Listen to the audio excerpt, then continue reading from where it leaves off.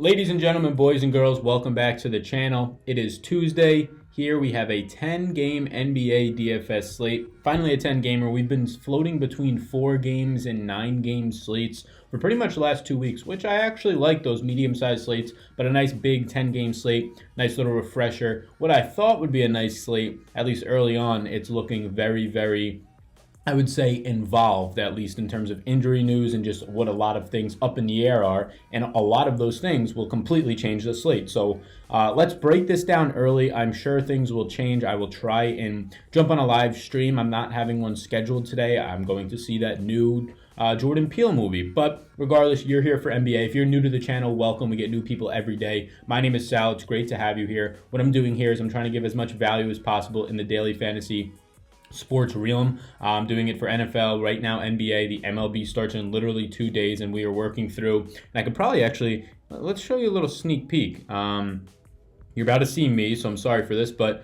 I got the MLB projections, and this is going to be the target offense sheet. Maybe add something for MLB. I'm not sure if you guys are interested in MLB if you're watching this, but just real quick, yeah, this is just a little sneak peek at him. This is what the target offense sheet will be, and I'm working through it, but this is what the projections are going to be. A stats database here, just general information, the matchup itself, and then the projections will come from there. So I'm excited for that. I don't know if any of you MLB people are. Those will be on Patreon as well, but this target offense sheet will be in the videos as per usual. But yeah, if you're new here, just trying to give as much value as possible. I started this over the summer, just something that I'm doing sort of as a side hustle while I'm in grad school. I love doing it. I want to make it a career, and little by little, day by day, you guys are helping me do that. So thank you so much for your guys' attention. And if you're new here or if you're not, hop in the Discord. There's about almost 400 people now, I believe, in here talking nonstop. Somebody won yesterday. We have a league, and you can get that in the link down below on Draftkings. It's a free one every single day. There's 100 spots to get into it. Somebody won that yesterday. They'll be taking on me today for a free shot at free projections. Yeah, there's like 370 people in here. Come in. It's totally free. There's a link down below. And then, like I mentioned on Patreon, my MLB projections will be there probably in a couple of days, maybe for opening day. But keep in mind that the projections earlier in the year are using old last season data, which is usually fine because we're factoring new data from the ballparks this year and different pitch weights and things like that. So it'll be fine, but keep in mind that I might not have it out on opening day, but as of right now, that's the plan. Regardless, if you want NBA projections for the final 3 weeks of the season, 2 weeks of the season, and then into the postseason, I'll continue to do them up until the NBA Finals for those showdown slates. If you want those, you can get them over here. If you want to just show me support, there's a link down below to donate. Appreciate it. I'm just trying to save up all of this money to try and go to the FSTA, the Fantasy Sports Trade Association, something like that, where it's just a conference of networking and potentially land a job or land some sponsors for these videos. So that would be great. Thank you guys so much. Let's hop into this video. If you're still here, I hope you are. Like I said, there's a lot today. It's a 10-game slate, 20 teams playing, and it's the end of the year. So when you get these big slates towards the end of the year, it's about to be mayhem, right? We already have a ton of news in terms of people that are in, people that are out. I have this filtered by team, which I think is very nice, at least in terms of looking at what each team is dealing with, how people will be affected. I didn't go through and list the impacted players today because it's 7:30 in the morning here. There's 20 teams on the slate, and there's a ton of players, injury news. I could just talk about it and let you guys know. So let's just start with Boston right off the bat, and you guys will see this is one of the longest lists we've ever had. Boston right off the bat, Kyrie Irving's out. So who does this affect? Usually the entire team. But let's quickly look at the rest of Boston to see who's actually in play, and then we can talk about it. Jason Tatum is questionable today. He missed the last game. Al Horford is questionable today. He missed a few previous games. Robert Williams is doubtful today. He left early in the last game, left early 2 games ago, missed the last game. And then Jaylen Brown is probable after being the chalk at 60+%. And if you got him for 8 fantasy points at 60+% on that 4-game slate, congratulations, I was with you to an extent. So in terms of Boston, Kyrie Irving's out, so Terry Rozier is the direct replacement, but that guy's $6,800. So we'll talk about that, but they already have him priced up. He's been priced up all year since Irving is one of the 3 players next to Kawhi Leonard and LeBron James who just randomly get rest days, or the most often too. So DraftKings already has that factored in. With Irving out, Gordon Hayward's going to see a bump. His price is still digestible. If Al Horford plays at $5,900 with no Irving, we've seen Al Horford have some of his ceiling games in those spots. I love him there. And if Jason Tatum is out as well, look, you can go right back to Jaylen Brown here. I know it's not attractive. I probably lean Gordon Hayward, but with Kyrie and Jason Tatum out, now they're missing 2 of their top 3 scorers. And if you get an Al Horford out, You have the three most productive players on this offense out. It's going to be Gordon Hayward. It's going to be Marcus Smart. It's going to be Jaylen Brown. I lean Gordon Hayward over Jaylen Brown. I don't know if that's recency bias or just the fact that the pricing is very similar.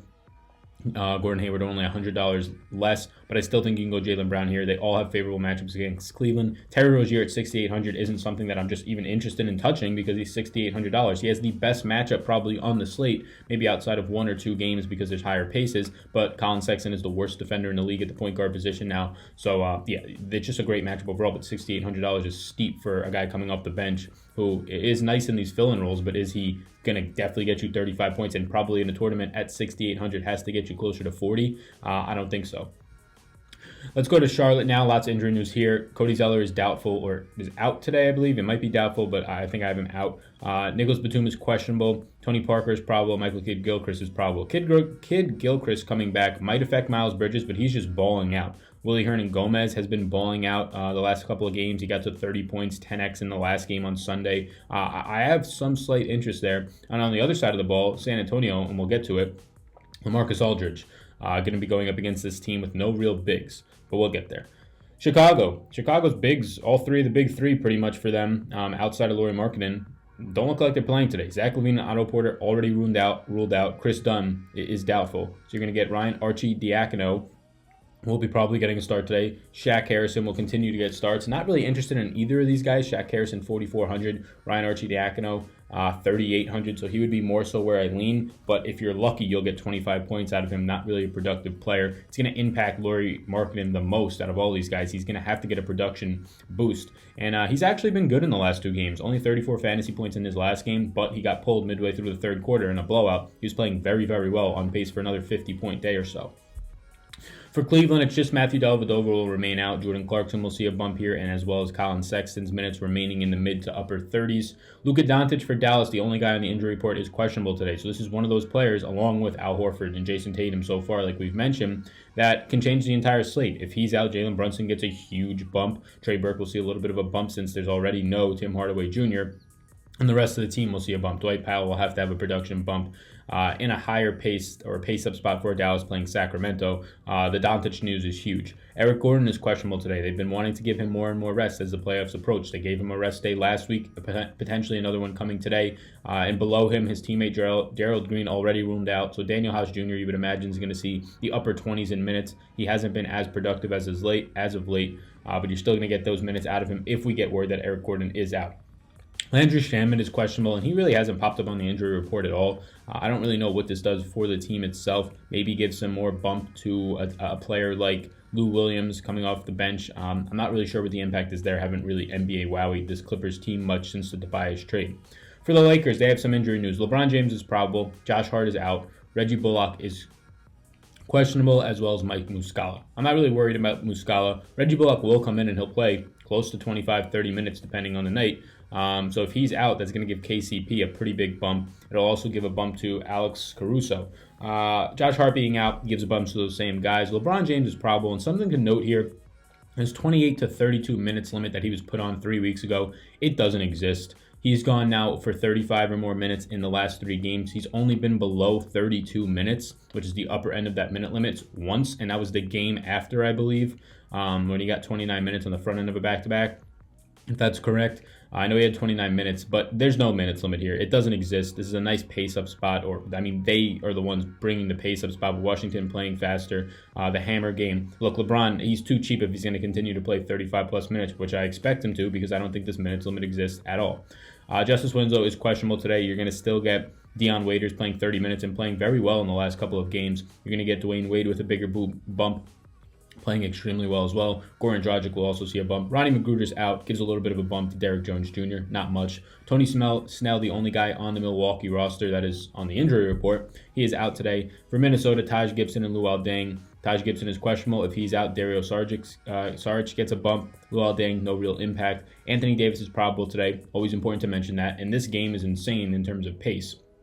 Elfrid Payton is questionable today, and that could, with already Drew Holiday and Etuan Moore out, that can actually create a lot of value. Ian Clark's only $3,600. He'll be impacted. He could potentially start at point guard if they opt to keep Frank Jackson at the shooting guard at the 2, which I would actually imagine that happens. Either way, Frank Jackson and Ian Clark against Atlanta, a matchup that Frank Jackson played extremely well the last time these guys squared off about 2 weeks ago.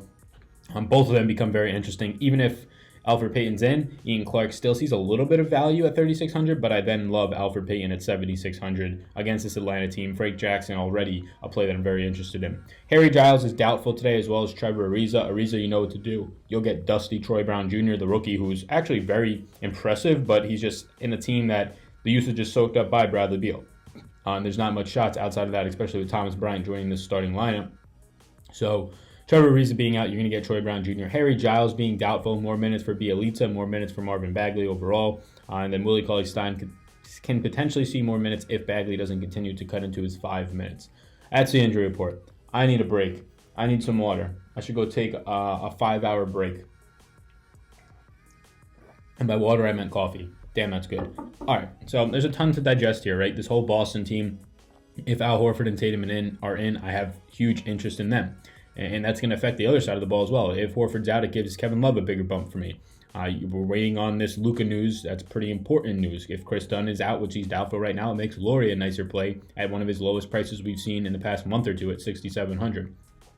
Keep an eye on all the news. Justice Winslow news is important. Alfred Payton news is very important against Atlanta. There's just a lot going on today, and honestly, a 10-game slate like this, I love these slates, but towards the end of the year, just stuff starts to get wacky, and I'm almost over it at this point. I'm excited for the NBA playoffs, but in terms of the regular season DFS for NBA, it's going to start to get very, very messy to the point where if you're not entering max lineups and soaking up some of these random plays each night, the rotations are going to start to get wacky, and it's going to be hard to really solidify yourself. So let's go over to the target offense sheet, one of the bigger target offense sheets we've had in a while due to there being 20 teams on this slate right now. If you could do me a favor and just hit me with a like right now, I appreciate that, and subscribe if you haven't already. Let's do another little contest or something with the comments down below. If you're still watching this video, comment down below which game on the slate you believe will be the highest totaled game. So you kind of have a cheat sheet here. Vegas already tells you that this Atlanta-New Orleans game at 240, or actually let's go with the highest team total, because then you got to at least pick between Atlanta and New Orleans. So which game tonight do you believe will land on the highest team total? So a little bit of Vegas odds. The person who picks it right, and I'm sure there's going to be many people who pick the right answer, I'll spin a little wheel on my side and I'll reach out to them like I did last night for a $5 PayPal. So comment down below who will have the highest team total. Hit the like button. You have to be a subscriber to enter that contest, otherwise it doesn't count. So lots to uncover here. A lot of this I'm going to let you guys digest on your own. You can get it on Twitter. It'll also be in the Discord, the target offense sheet. But a few things to point out. Atlanta, New Orleans is hard not to point out, right? These teams are both very high paced. These teams are two of the fastest paced teams in the entire league. They have a total of 240 today. We have seen very few 240 total games this season, and a pace of 109.31. One of the fastest paced games of the entire year is projected to be played today against teams that you can get a decent amount of players from. Let's start on the New Orleans side of the ball. You attack Atlanta pretty much anywhere, but mainly at the guards. That's going to be Alfred Payton and Frank Jackson, both in phenomenal spots. If Alfred Payton sits, you get an extremely value play. And Ian Clark, who's actually a pretty good basketball player, at the cheap price against the worst team against the point guard position in the league. So I like that a lot. Outside of that on New Orleans, I don't really have any interest in Anthony Davis at $7,200. You can play a Kendrick Williams if you would like, and you want to just kind of get that last guy into your lineups, more so in cash games, but he's viable. And then Julius Randle at $8,100. I don't love it when Anthony Davis is out there, but this pace-up spot, this high total, it makes me like it a little bit more. On the Atlanta side of the ball, Trae Young, he's balling out. People think he's better than Luka Doncic. Those people are ridiculous. Go look at his stat. Trae Young, since the All-Star break, is playing, I would say, equally as good as Luka, if that's even possible, on the offensive side. On the defensive side, Trae Young is a dumpster fire, and you could go look at stats to back that up. Trae Young is not Rookie of the Year as of right now, and it's not even close. Although NBA players are tweeting Rookie of the Year in my book for Trae Young. Maybe they're friends with him, maybe they don't like Luka. I don't know what it is. Those players are obviously caught in the moment of him beating the 76ers or whoever he just beat at the buzzer the other day. So, with that all said, I love Trae Young today. The matchup itself on the individual side, if he's going up against Alfred Payton, isn't the greatest for him, but he's almost becoming matchup proof at this point. His assist percentage is getting up there. It's vastly improved, even though it has been nice all year since the All-Star break. And the pace and the total, it's hard not to want this. If you're trying to get pieces of the New Orleans side, the obvious pieces in Frank Jackson, Alfred Payton, Ian Clark, who's ever at the guards, and you want to stack this game, which makes a lot of sense. There's a 1-point spread. It should stay close. It should be high scoring. It's going to be the most stacked game on the slate, especially on a 10-game slate, which is very rare to see game stacks on those slates. If you get lucky and this thing goes into overtime, you're going to make all the money. The Atlanta side of the ball, the guys that are very interesting today to me, Dwayne Dedmon, Trae Young, and then John Collins to an extent. It's just, that's really all that I'm looking for. You attack the New Orleans team with bigs. Dwayne Dedmon's been playing great. John Collins is a big as well at the 4, and he's very price friendly today. So that's where I'm going with this game. There's not much more to say. It's almost 110 projected pace per team. Everything indicates it. The two highest totals by far, by over 2 points and 3 points on the slate, team totals that is, are in this game. It's just a game that you're going to want to attack. Another spot, this hammer game with the Lakers and Washington. So another spot that has a high total. It usually would be the highest total on this, or the highest pace and total on a slate, 106.81, almost 107 in pace. So don't be fooled. This is a very high pace game. A 2-point spread, so another competitive game, 233.5 over under. So this is another game that if you want to target in terms of stacking and hoping that it's one of the 6% of NBA games that go into overtime. So here's the thing.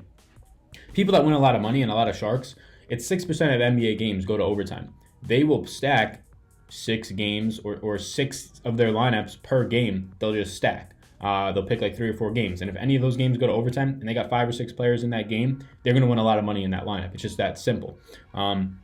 So this Lakers and Washington game is very fine for that. This would be the most attractive game on pretty much any other slate, except you have this New Orleans Atlanta game. So Lakers, Washington, 233.5 over under. Lakers 117.75 implied total. Washington 115.75 implied total. Look, the Lakers, we were just talking about Atlanta being bad against guards. You could look at these numbers right here. The Lakers are virtually tied for as bad. It's just Atlanta gets the bad rap because they're the worst, and we've been seeing people go for 50 bombs nonstop on them, to the likes of Tyler Johnson, Derek White.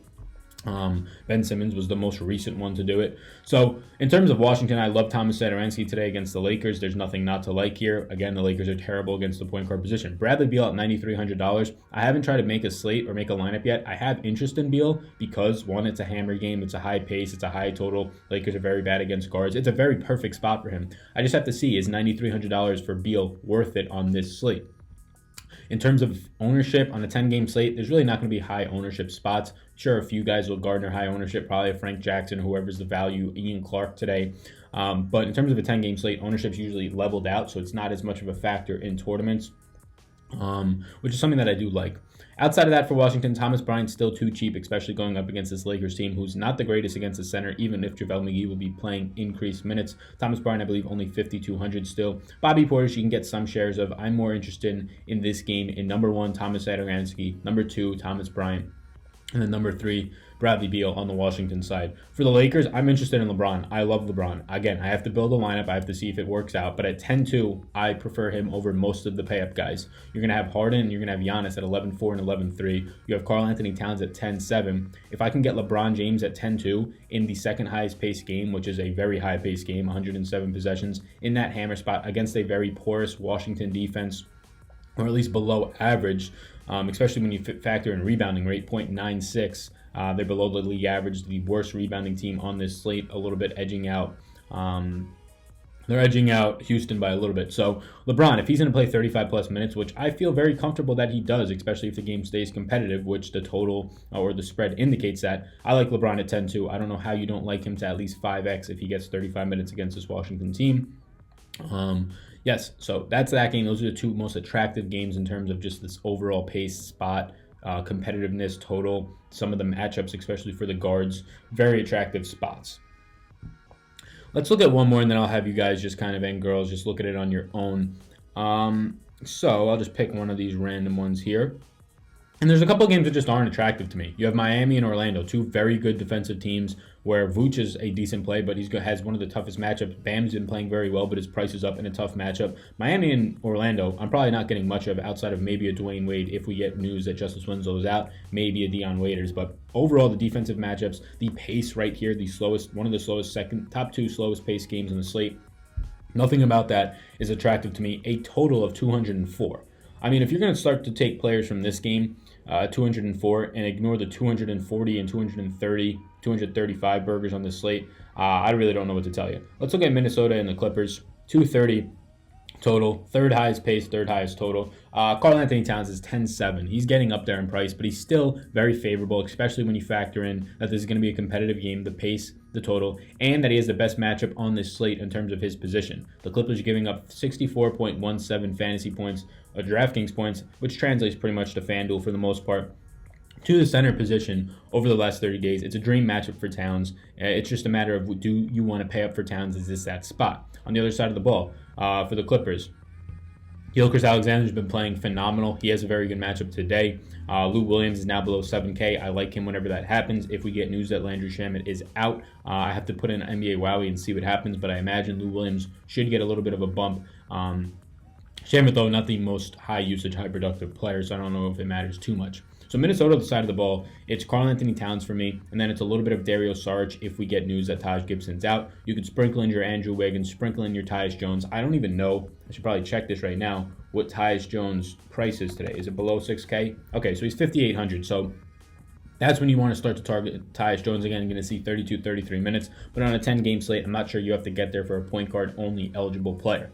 Clipper side of the ball, already mentioned it. It's pretty much for me not attractive. Gilgeous-Alexander, Lou Williams, the only ones I'm interested in. No desire there. Towns, for the most part from this game, is the only guy that I really want to get, and then maybe some more increased Dario Saric if the Taj Gibson news drops. That's 3 out of these 10 games. I don't want to cover them all. You guys can just, or at least break them down in depth that much. You guys can factor through all of this. If you have questions on who versus who, ask me them. You can get the projections as well on Patreon. Another little plug for them. If you want to support me, if you like this work at all, greatly appreciate it. You could hop over there. You could also donate in the link down below. So early interest. I don't have the value out like I usually do because I haven't finished the minutes projections because there's 20 teams on this slate. So the minutes projections are not done yet. That's the last things I have to put into the projections. Once I'm done with this video, I will work on the minutes projections. I got to go to class too in like an hour. And then we will be done with that. So, early interest. Andre Drummond's only $8,700. Look, the pace is terrible. Slowest pace game. One of the lowest totals. The matchup in terms of Jokic and Paul Millsap and Mason Plumlee, this big Denver team, is terrible for Drummond. I probably won't get much here, but it's at least interesting because he has a 50 points to 60 points at a very, he gets there a very favorable amount of the time. I'd say 25 to 30% of the time for Andre Drummond. That feels good. Frank Jackson, 5,100. I already said how much I like him here in this spot. This total is pace against Atlanta. It's a perfect dream spot that he took advantage of a few weeks ago. Same for his running partner, Elfrid Payton, and you'll see at the bottom of the list, Ian Clark as well. LaMarcus Aldridge against Charlotte, who will have no Cody Zeller, and he'll going up against Willie Hernan-Gomez and Marvin Williams. I like LaMarcus Aldridge at 7,900. It's a matter of, do I get there? Do I land on that spot? Coming off of one of his best games, and I don't know how many years, dropping 48 points against the Boston team that had none of their top 3 centers pretty much. I think it was the Boston team. Gordon Hayward's an interest to me, as well as Al Horford. I love both of these plays. If Al Horford is in, I love him even more. And if Jason Tatum's out, I love both of these guys. Probably 2 of my favorite plays on the slate. Kyle Lowry, $7,000 against Chicago, who, if no Chris Dunn is there, the increase to Kyle Lowry goes up through the roof. Keep in mind, though, is Lowry going to be on a minutes limit? He came back in the last game, didn't play his full minutes, so keep that in mind. At 7K, he's cheap if he gets full run. Ryan Arcidiacono, interesting at 3,800, but no real upside for this player. His point per minute on the season, you can see 0.67. Even if he gets you 30 to 33 minutes, 32 minutes here, I think you'll find better options, especially Ian Clark, if we get news that Elfrid Payton's out. Love LeBron here at 10-2. I think he's one of my favorite pay-up spots. He's too cheap. He's priced at the point where they think that he's on a minutes limit still. He's not on a minutes limit. Like I said, playing 35-plus minutes in each of his last 3 games. Marvin Bagley, 7,300. The price is quickly coming up on Bagley because he quickly continues to go for 45 points on fantasy, or 40-plus points. He's a great player. He's going up against Dallas. They have nobody who can stop him. His minutes are coming. He played, if you're worried about Marvin Bagley at all, he played the last 3 minutes of the game against the Lakers 2 nights ago, and then the final 12 minutes. He closed the game out, played over 15, or played the last 15 minutes of the game, played over like 33 or 35 actual minutes in the game. He's fine. I love him again today, even at 7,300. Kevin Love, 7,600. If Al Horford is out, this goes through the roof for Love. Had one of his best games, if not the best game of the year, the last time out.